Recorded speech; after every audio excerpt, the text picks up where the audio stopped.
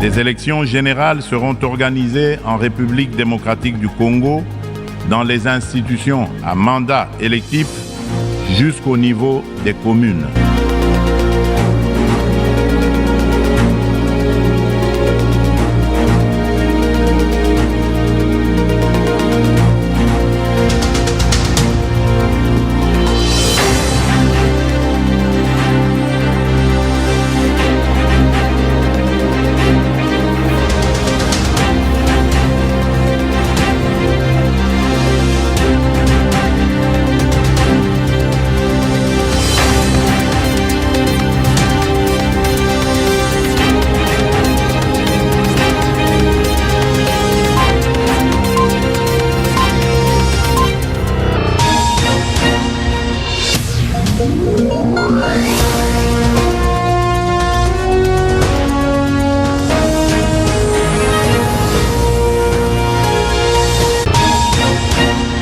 Au sommaire de cette édition du journal, 311 cas de choléra sont enregistrés dans la ville d'Ouvira.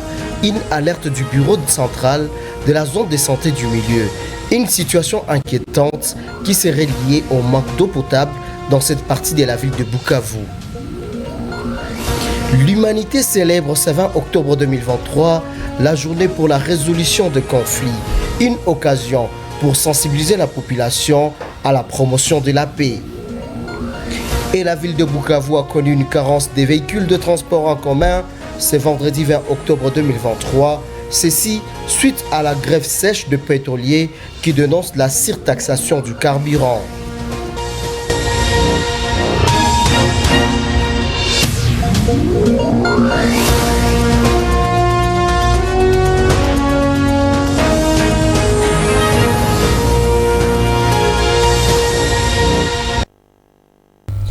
Une fois de plus, mesdames et messieurs, merci de rester fidèles à la radio-télévision Goma Kivu.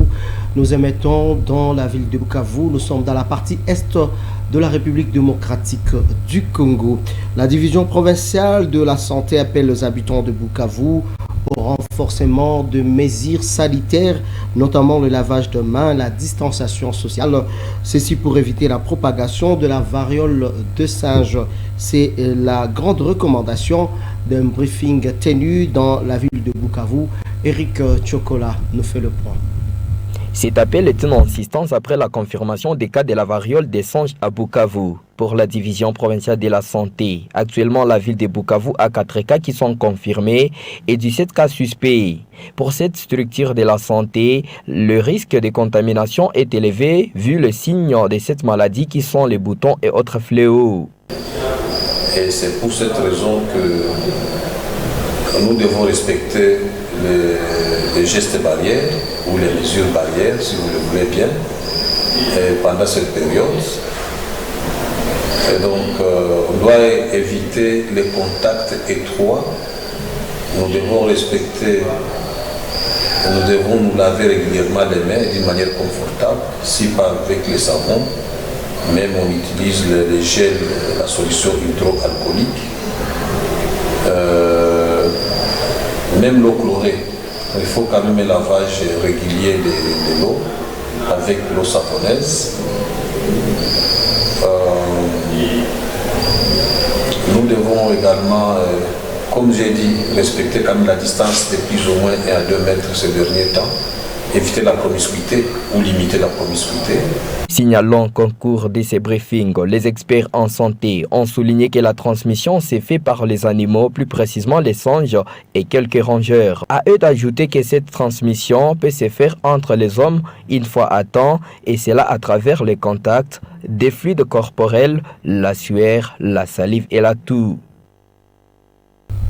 Et parlons toujours de la santé, le bureau central de la zone de santé d'Ouvira alerte sur le 311 cas de choléra, dont 2 décès qui ont été enregistrés à l'espace d'un mois dans cette zone. C'est la situation inquiétante et qui est donc critique suite au manque d'eau potable ainsi que de la mauvaise gestion des déchets par les habitants. Justin Tchemwende dans ses reportages.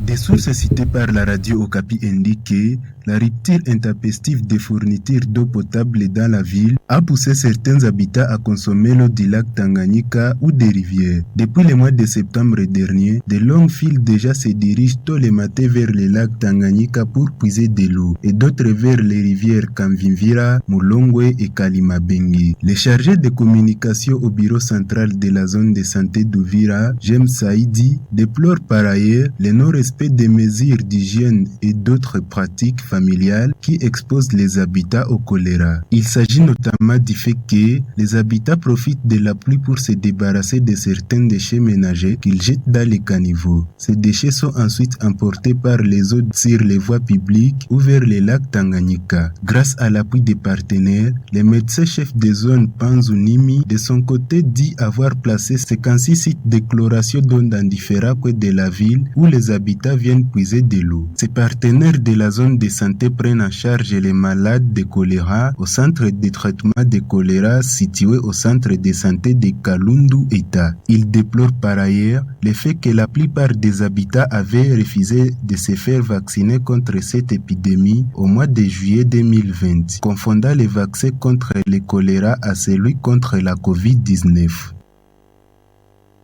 Et le membre de l'Association pour la promotion des droits humains et le développement socio-économique, ainsi que ceux de l'association Tujenge Kwitu à TK, s'engagent à soutenir la vision du cadre du parti politique de l'Alliance nationaliste pour un Congo émergent ANC, Namir Migo Kantitima et de Vincent de Paul Moudekereza le pousse, ceci dans le but de contribuer au développement de la ville de Bukavu.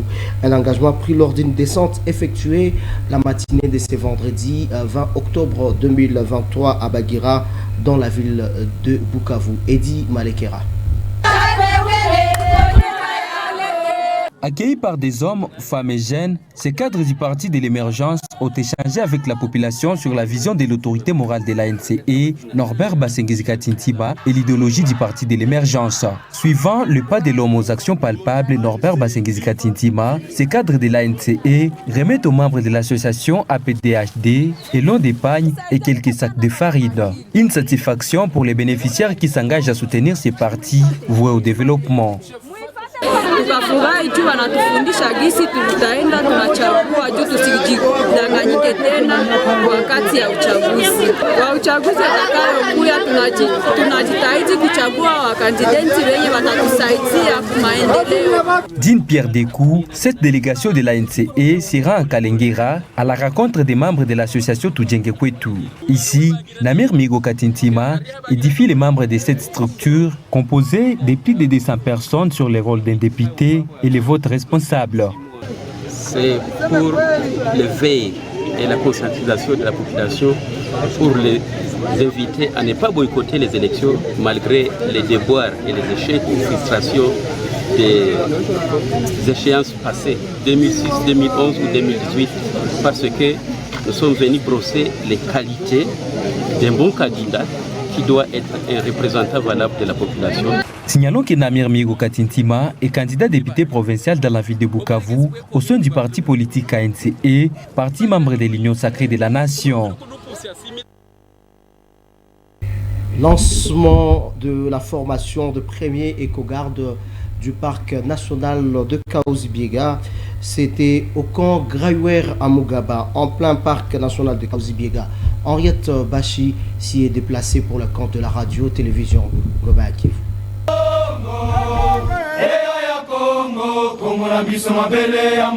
Moral au zénith, ils sont une cinquantaine de nouvelles recrues qui ont débuté la formation des gardes-parcs au sein du PNKB. Venus de différents coins du pays, ces éco-gardes recevront des notions sur la formation paramilitaire, les lois de la RDC, la protection de l'environnement et tant d'autres. Au camp Grauer de Mugaba, c'est le commandant de la 33e région militaire, le général-major Yav Avoula, qui a lancé officiellement cette formation. Ce 19 octobre 2023 est une journée marquant le début de la phase de métamorphose des jeunes qui viennent d'abandonner tout ce qu'ils étaient pour devenir paramilitaires et protéger le patrimoine mondial de l'UNESCO tant convoité par certains pays et menacé par braconnage. Pour le professeur Deo Kudjirakwinja, la mission est la création de l'emploi et le renforcement des effectifs des écogardes pour la protection de ces patrimoines mondiaux. Dans le programme de la gestion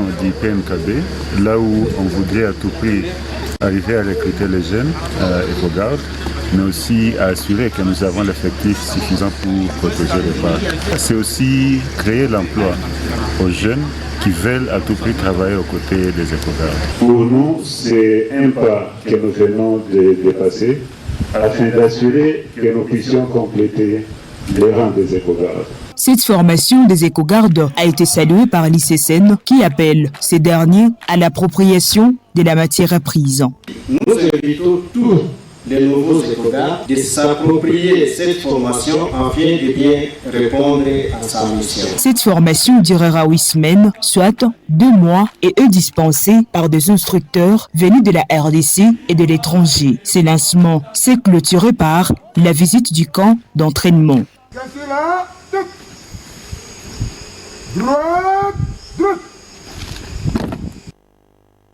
Le marché de l'emploi, 557 lauréats, dont 496 graduats et 61 licences. Des chiffres rendus publics lors des cérémonies de collation de grades académiques. C'est vendredi 20 octobre 2023 où l'Institut supérieur de technique médicale a lancé sur le marché de l'emploi ses lauréats. Julien Sadiki dans ses reportages.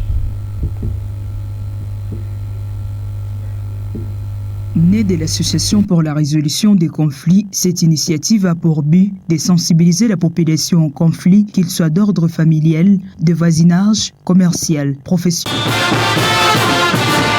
Sourire aux lèvres, sous les sons des fanfares, que le lauréat de l'Institut supérieur des techniques médicales ISTEM Bukavu annonce la clôture de cette année académique. Rendant hommage au corps scientifique et académique, le directeur général de l'ISTEM Bukavu félicite les lauréats du jour. Le professeur Christophe Kassigwa les invite à faire valoir leurs différents diplômes. L'essentiel de mon message était de montrer à nos lauréats et à nos lauréates et même à toute la communauté universitaire que lorsqu'on obtient un diplôme, ce n'est pas la fin en soi. Il faut encore continuer à travailler pour que la société bénéficie de votre diplôme. Vous devez être un innovateur, vous devez être un chercheur et le chercheur qui doit rendre service à la communauté. C'est pour cela que j'ai demandé à nos étudiants d'avoir un esprit entrepreneurial éclairé, puisque ce n'est pas puisqu'on est infirmier, ce n'est pas puisqu'on est nutritionniste qu'on ne peut pas réfléchir autre chose à faire dans la vie pour ne pas garder le diplôme dans les tiroirs. Le diplôme, c'est un outil. Il tient de rappeler que l'ISTEM Bukavu est une institution publique qui dispose des options telles que les sciences infirmières, sages-femmes, gestion des institutions de santé, santé publique, pour ne citer que cela. Et le parti politique Alliance des nationalistes pour un Congo émergent vient de lancer son volet agriculture, ceci pour lutter contre le maladie qui décime les plantes, contribuer à l'amélioration de la production agricole en province du Sud Kivu. C'était lors de la remise c'est vendredi 20 octobre 2023 d'un lot de 3000 boutures de bananes pour lutter contre le wheat bactérien, un don de l'autorité morale du parti politique ANC. Christian Mukenge. Ce lot de rejets de bananes sera disséminé dans les groupements des territoires de la province du Sud Kivu pour permettre aux cultivateurs de planter des bananes qui feront face au wilt bactérien, une maladie qui ravage le bananier dans plusieurs parties de la province. Représentant le Mouchamouka national, le pasteur Albert Migabo rassure qu'à travers ces médicaments, Norbert Basengezi Katintima veut combattre l'insécurité alimentaire à laquelle les populations font face. Et actuellement, comme le Mouchamoka national, l'autorité morale de l'ANC, c'est un coutumier. Quand il parle, il a toujours parlé en plante, il parle en vache, il parle en ceci. Raison pour laquelle aujourd'hui nous informons toute la province que l'ANC lance les volets agricoles pour lutter contre les maladies qui ont décimé les plantes chez nous dans la province du Sud Kivu. Les bananiers sont là, les rejets des bananiers sont déjà devant nous, comme vous le voyez. Nous allons distribuer, nous avons déjà d'ailleurs commencé la distribution pour que d'ailleurs maintenant on va suivre la formation, comment nous allons planter ça pour que ça puisse donner et lutter contre l'insécurité alimentaire dans notre province. Ce premier lot des rejets des bananes lance ainsi les volets agriculture du parti politique Alliance des nationalistes pour un Congo émergent dans le cadre de son projet de société. Signalons que d'autres territoires du Sud Kivu où les wilt bactériens ravagent les plantes seront également servis pour combattre la mauvaise alimentation dans la province, et cela s'inscrit dans la vision du chef de l'État, Félix Antoine Tshisekedi. Et je vous prends Eric Chocolat. Les femmes petites commerçantes transfrontalières et leurs époux s'engagent à adhérer à la pratique de l'épargne. Ceci afin d'améliorer leur situation de vie socio-économique grâce à l'épargne. Engagement pris après avoir été édifié sur l'éducation financière. C'est vendredi 20 octobre 2023 à travers une émission public, Touka et Pabodja, de l'organisation de la Bénévolencia et son partenaire Initiative pour la paix et les droits humains. Eric Chocolat dans ce reportage. Née de l'Association pour la résolution des conflits, cette initiative a pour but de sensibiliser la population au conflit, qu'il soit d'ordre. Cette adhésion à l'épargne est une voie pour remédier à certains problèmes socio-économiques qu'ils connaissent, souligne l'une des bénéficiaires. Pour elle, cette opération va la permettre de renforcer le panier ménager et se rendre autonome. Des fois, nous avons l'habitude de retirer dans nos comptes, mais la part que nous épargnons sans retirer nous permettra de construire une maison et réaliser un projet à long terme de 3 ans, 4 ans. Ça dépend du revenu. Ça peut être possible.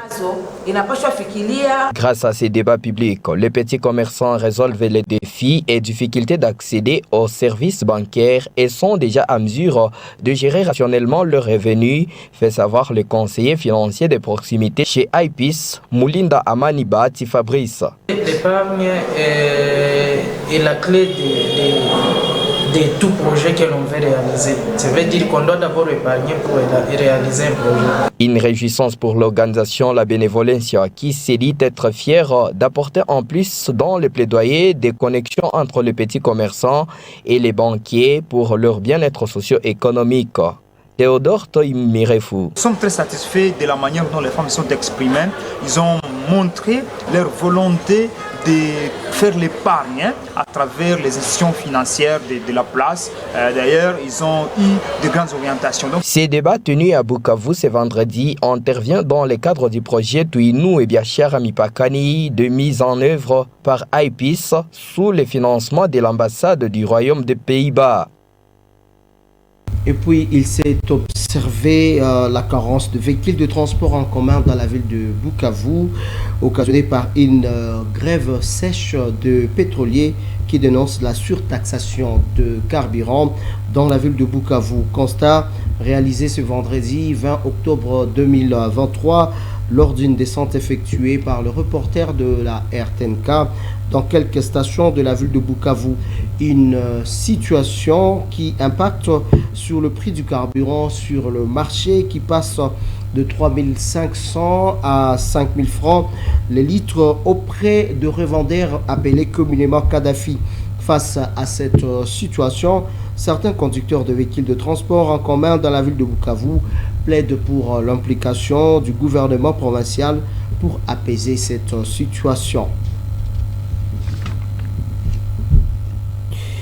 Le cadre du parti politique Alliance des nationalistes pour un Congo émergent, Kitumaini Espoir, vient de procéder à l'installation du parti de l'émergence dans certains villages de la chefferie de Ninja en territoire de Cabaret. C'était lors d'une tournée effectuée depuis la semaine dernière dans cette partie de la province du Sud Kivu. Ceci afin de sensibiliser la population sur les enjeux électoraux et l'idéologie de ces partis politiques membres de l'Union sacrée de la nation. Tour à tour, ce cadre du parti cher au Mushamuka national, Norbert Basengezi Katitima visite le village de Chikende, Chishanga, à la limite entre Kalonge et Ninja, village également de Mageo, village de Bujamba et Ihembe en chefferie de Ninja. À ces endroits, Espoir Kitumaini, dont celui qui s'agit, installe sa dynamique et organise des réunions et meetings pour mobiliser la population à la participation massive aux élections qui pointent à l'horizon.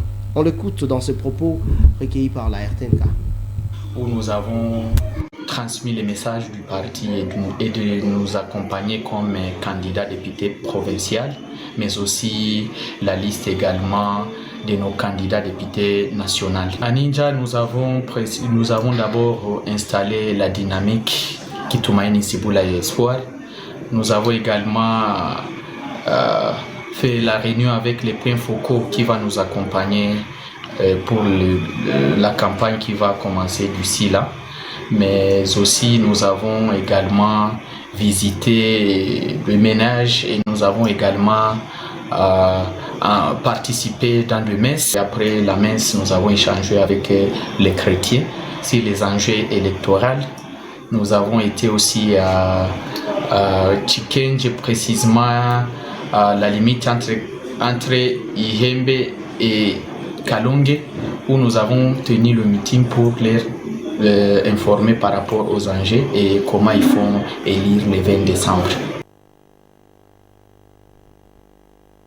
Ihembe et Kalonge, où nous avons été aussi à Chikenje, précisément à la limite entre Ihembe et Kalonge, où nous avons tenu le meeting pour les informer par rapport aux enjeux et comment ils font élire le 20 décembre. Et je vous prends Henriette Bachi. L'humanité célèbre ce 20 octobre 2023 la journée internationale de la résolution de conflits, une occasion pour sensibiliser la population sur l'importance de la résolution de conflits pour la promotion de la paix. Les habitants de Bukavu sont donc invités à recourir au dialogue, à ainsi éviter toute forme de conflit. Née de l'Association pour la résolution des conflits, cette initiative a pour but de sensibiliser la population aux conflits, qu'ils soient d'ordre familial, de voisinage, commercial, professionnel ou social. Également, cette journée vise à sensibiliser sur l'impact de la non-résolution des conflits sur les relations entre différentes communautés, ceci pour chercher des solutions pacifiques à ces derniers. Pour Jean Bosco Moemeri, défenseur des droits humains et analyste indépendant des questions géopolitiques de la région des Grands Lacs et au niveau international, les conflits étaient un état d'opposition entre personnes ou entités. Face à cette situation, Jean Bosco Moemeri demande aux personnes ou États en conflit de passer au dialogue pour la paix et la cohésion sociale. Il n'y a pas de magie à faire, c'est tout simplement le dialogue comme mécanisme. Il faut amener les gens à se parler. Il n'y aura jamais de concorde quand les gens ne se parlent pas. Il n'y aura jamais de cohésion sociale tant que les gens maintiendront leur conception autour de solidarité. Il faut transcender et faire une approche moderne de solidarité. De son côté, Clément Moutewa Wakandoa, assistant au sein de la faculté des sciences sociales dans le département de paix et transformation des conflits, opte pour la voie des dialogues et de la non-violence. Ceci pour contribuer à la promotion de la paix et du développement, ajoute-t-il. Il existe deux sortes. Il y a le conflit qui est déjà au niveau ouvert et il y a le conflit latent. En cas de conflit, les gens doivent savoir d'abord que le conflit est normal, naturel et neutre. Et si le conflit est déjà au niveau ouvert, quelle conduite il faut tenir? Il faut trouver une orientation, ça dépend d'une personne à une autre. Il faut y aller en cherchant à trouver des voies et moyens pacifiques pour trouver les solutions à cette divergence d'opinion ou d'intérêt. C'est depuis 2005 que la Journée internationale pour la résolution des conflits était instaurée pour faire mieux connaître la médiation et l'arbitrage, ainsi que d'autres formes non violentes de résolution des différends. Et avant de clôturer cette édition du journal, disons que la campagne agricole a été lancée pour la saison 2023-2024 dans le territoire d'Ouvira dans le cadre du programme Agenda de la transformation agricole ATA RDC. À cette occasion, la brigade de jeunes de l'Institut africain de leadership ont procédé à la distribution de semences de maïs et du soja de bonne qualité aux paysans du territoire d'Ouvira.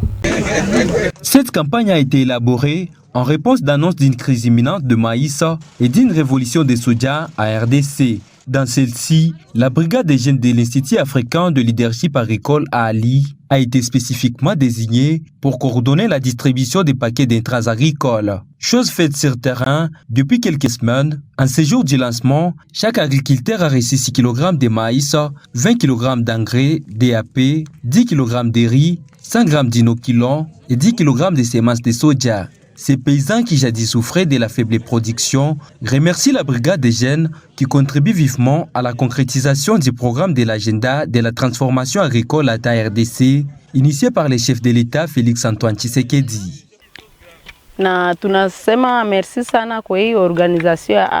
Nous disons merci beaucoup à la brigade des jeunes de Ali qui nous amène des nouvelles semences et des engrais chimiques pour nous aider à avoir une grande production.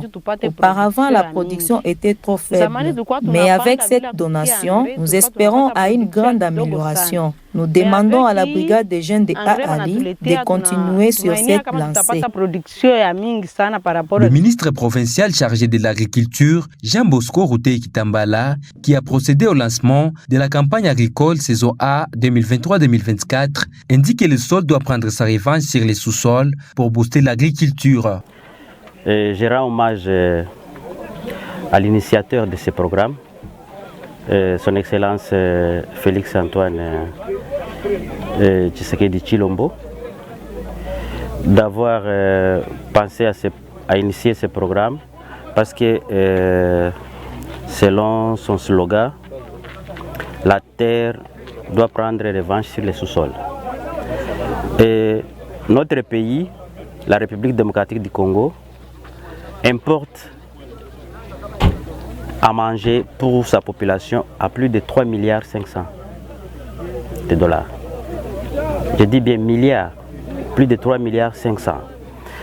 Et nous voulons mettre en place une agriculture, comme je l'ai dit, intelligente.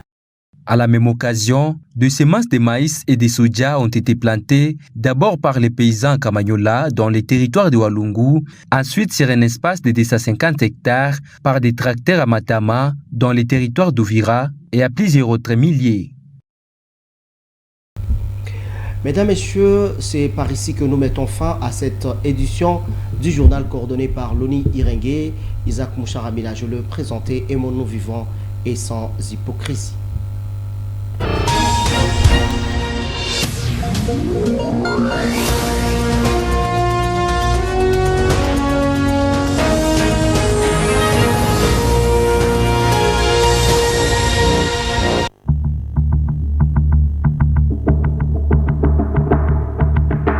Enfin, il est là. Nous venons bâtir avec la population Sud-Kivu. Nous venons sensibiliser les gens sur l'enrôlement des électeurs. Il faut parfois laisser les images parler d'elles-mêmes.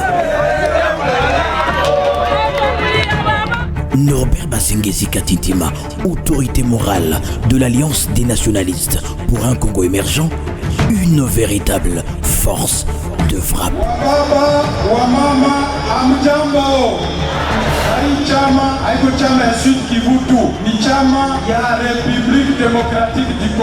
Le pouvoir d'un leader se justifie par sa capacité de mobilisation. Oui, il s'agit bien sûr d'un véritable leader. La place de l'indépendance de Bukavu est pleine à craquer.